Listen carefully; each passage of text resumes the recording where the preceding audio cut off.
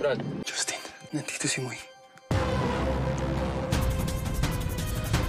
Dali-daling pinuntahan ni Mercedes si Justine, sabay pinakita niya yung balita tungkol kay Moises na tumakas ito, na pinaalalahanan niya ang binata na mag-iingat ito, na agad namang sina Ate Justine na wala nang magagawa si Moises at hindi na siya makakalusot pa sa mga pulis. Sinaad ni Mercedes na paano kung babalikan siya ni Moises. Sabay pinaalalahanan niya ang anak niya na huwag siyang aalis, na hindi niya kasama ang mga bodyguards niya, na nangako naman si Justine na kaya niyang i-handle ang bagay na yun at kaya niyang depensahan ang sarili niya. At nang umalis ang binata ay agad namang lumapit si Aling Loli at sinaad niyang okay na silang mag-ina, na napangiti naman si Mercedes.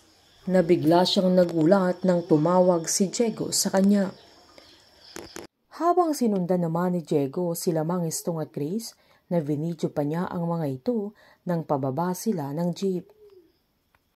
Habang naglalakad ang mag-ama ay giniit ni Mang Estong na baka kailangan niyang puntahan ang mga sagrado, na sinaad naman ni Grace na paano kung siya ulit ang mapapahamak, na agad namang pinaliwanag ng tatay niya na hahayaan na lang ba niya na si Moises lang ang kumikilos mag-isa, na sakto namang mapadaan sila sa isang abandonadong lote kung saan sinaad ni Mang Estong na may nakatayong apartment doon dati, at sinabi ng ilang pulis na doon huling nakita si Christine.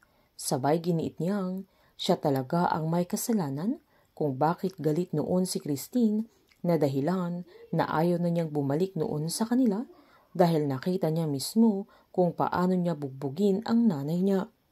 Giniit pa ni Mang Estong na napakabigat ng parusa ng Diyos sa kanya dahil 2 anak na niya ang nawawala. Sabay sinaad niyang mali talaga ang pagtrato niya kay Moises, kaya siguro pinaparusahan ulit siya ng Diyos, na agad namang sinaad ni Grace na wag na niyang sisihin ang sarili niya dahil hindi niya yun kasalanan.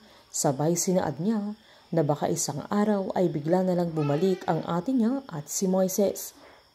Habang masaya naman si Diego dahil sa natuklasan niya, dahil pera na naman ang lalapit sa kanya.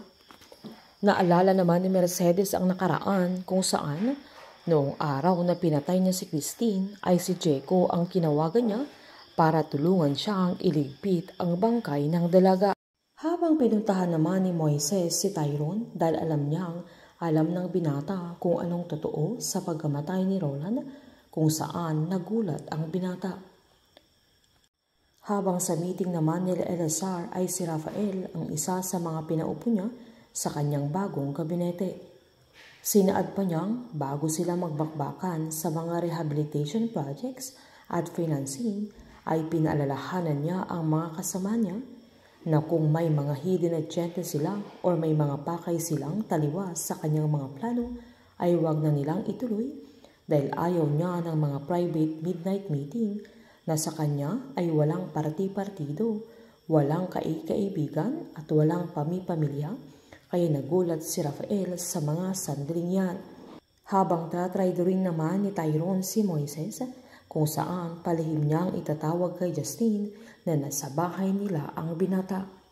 Painit ng painit ang mga tagpo, sabay-sabay po nating subaybayan ang advance episode ng Pamilya Sagrado dito lamang po sa aking channel.